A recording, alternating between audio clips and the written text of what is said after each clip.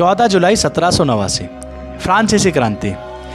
कल्पना कीजिए आप सुबह उठते हैं और आपको पता चलता है कि आपका नाम मौत के लिस्ट में है, बिना किसी गलती के। ये कहानी उस समय की है जब आज़ादी की लड़ाई खौफ की सबसे बड़ी मिसाल बन गई। जी हाँ, जिसको फ्रांसीसी क्रांति के नाम से जाना जाता है। साल 1789, जनता भूख से तड़प रही थी। गरीबी, अन्याय और गुस्सा सब कुछ एक साथ फट पड़ा। लोग सड़कों पर उतर आए। राजशाही के खिलाफ और शुरू हुई क्रांति। लेकिन क्रांति धीरे धीरे बदल गई डर में। अब दुश्मन बाहर नहीं, हर जगह था। सिर्फ शक के आधार पर लोगों को पकड़ा जाने लगा। सिर्फ संदेह के आधार पर लोगों को जेल में डाला जाने लगा। सारे जेल भर गए। यहीं से शुरू होता है मौत का दौर। मौत का ऐसा दौर जो एक भयावह स्थिति ले चुका था। कई परिवार हमेशा के लिए खत्म हो गए। कई नाम इतिहास में खो गए और कई ऐसे नाम जिनका इतिहास में लिखा ही नहीं।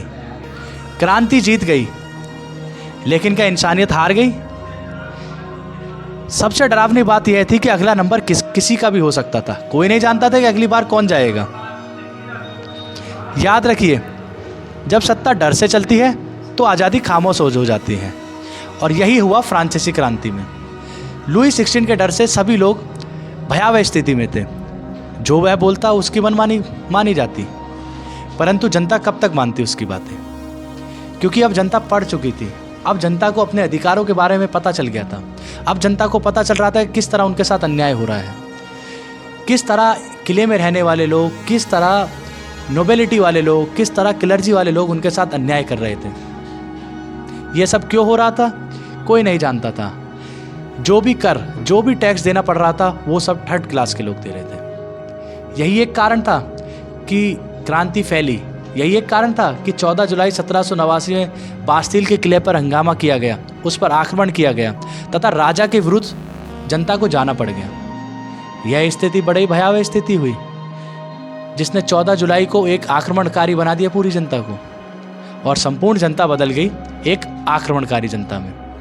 वह जनता जो कभी राजा के सामने कुछ नहीं बोलती थी, ऐसे लोग अब वह जनता राजा से नजरें मिला रहे थे, राजा का सामना कर रहे थे।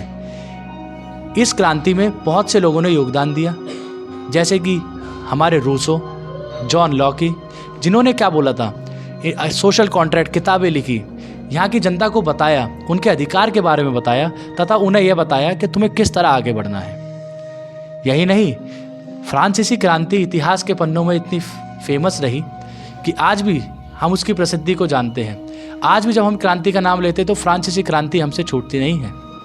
किस तरह वहाँ की जनता ने अपने हक पाने के लिए वहाँ के लोगों से संघर्ष करा। चलिए मिलते हैं अपनी नेक्स्ट वीडियो।